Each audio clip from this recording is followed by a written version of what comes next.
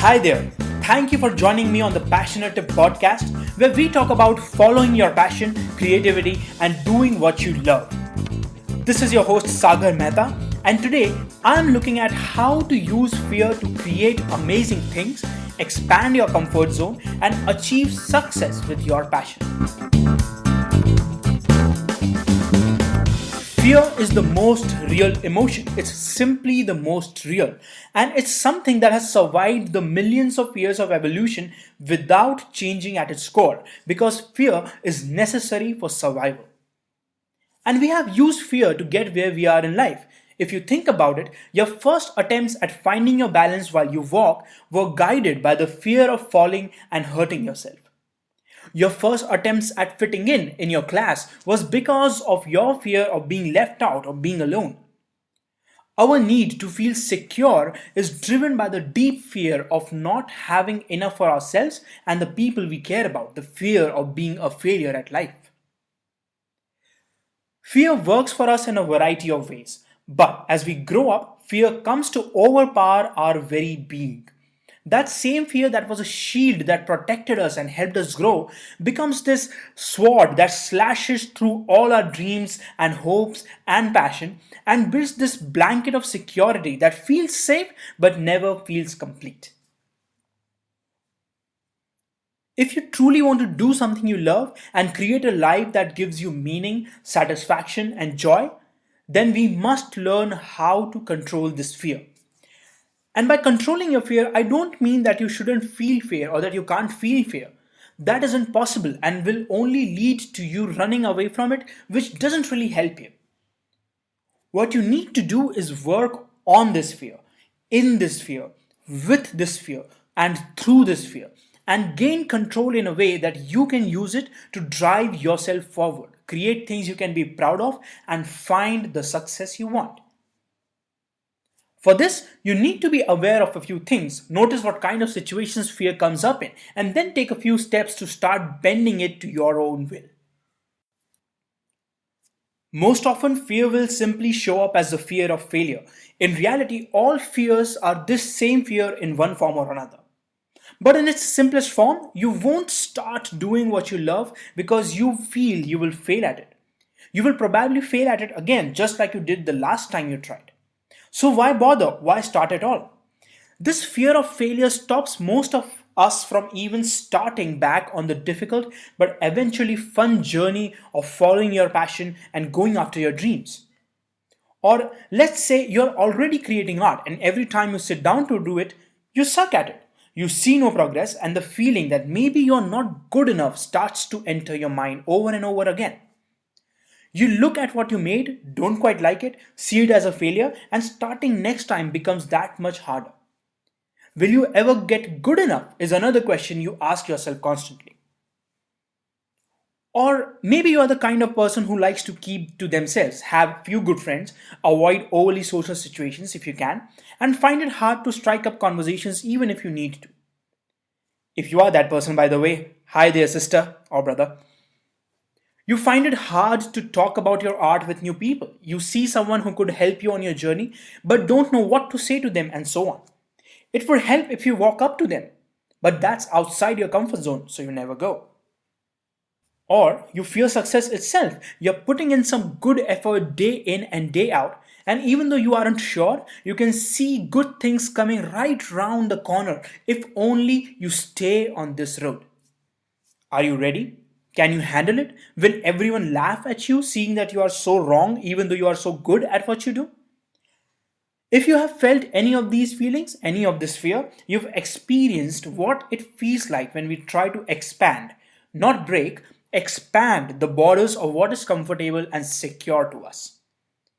Anytime you will try to go outside of what your mind has always considered normal, you will feel this fear in one way or another.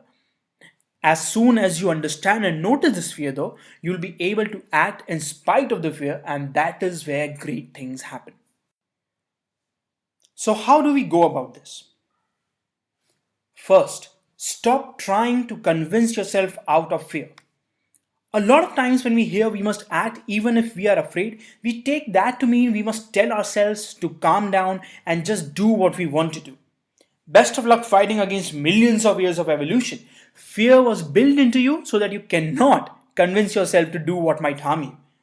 Can you convince yourself to put your hand into a fire and keep it there? You can't, even if you were the best salesperson in the world. Our fear of failure when we want to do something great is the same because fear doesn't have degrees or flavors. Fear stays fear and it tries to stop us from doing something new. Once you stop trying to talk yourself out of fear, you'll discover something. You will start to notice and feel the fear in two very different ways. One would be your mental fear, the rush of thoughts in your head about everything that could go wrong, and its physical side, a tremble in your body just under the surface but not quite visible to anyone outside. Sometimes we call this butterflies in our stomach too. There are always these two levels of fear, and you'll never go past it as long as you stay focused on the mental one. Instead, focus your attention on the fear in your body. Let it overpower you. Let it make you nervous. Let it make you unsure of where to keep the next step. Let it cloud your vision. Let it become you. As soon as you start to do this, you will feel your mental head rush quieten down a bit and it will become easier to work with. I like to call this the fear toggle switch, and it can be set to no or yes. When we're trying to convince ourselves to do something by pointing out nothing bad can happen logically, we are basically saying, no, I don't feel fear. There is no fear. I am unafraid. There is nothing to be afraid about. I can do this. When you focus on your body as it feels that fear, you toggle it, saying, yes, I am afraid. I feel it. It's all over me and inside me. It is unpleasant but homely at the same time. I can do this. It's a very small mental switch of acceptance, but it is a powerful one. The easiest example of this is riding a roller coaster. No matter how much you convince yourself that nothing is going to happen and all will be alright, you will be super scared while you are at the top. Once you go down, though, that head rush turns into thrill, exhilaration, and excitement. The more you try to hold on, the more you try to control, the less fun your ride would be. With a roller coaster, you don't have an option but to let go. You paid the amusement park to do that for you. In life, you'll have to do that yourself. A simple way to do this is what is called sitting in your fear. Now, I don't do much meditation myself, but I found this simple technique very useful as a weekly practice. Sit down wherever you are comfortable or lie down if you need to. Make sure you are in a decently silent environment and close your eyes. And then just think about everything you are afraid of. Begin with simple fears like not having water to drink right now or running out of food for dinner and so on. And move on to bigger fears that bother you step by step.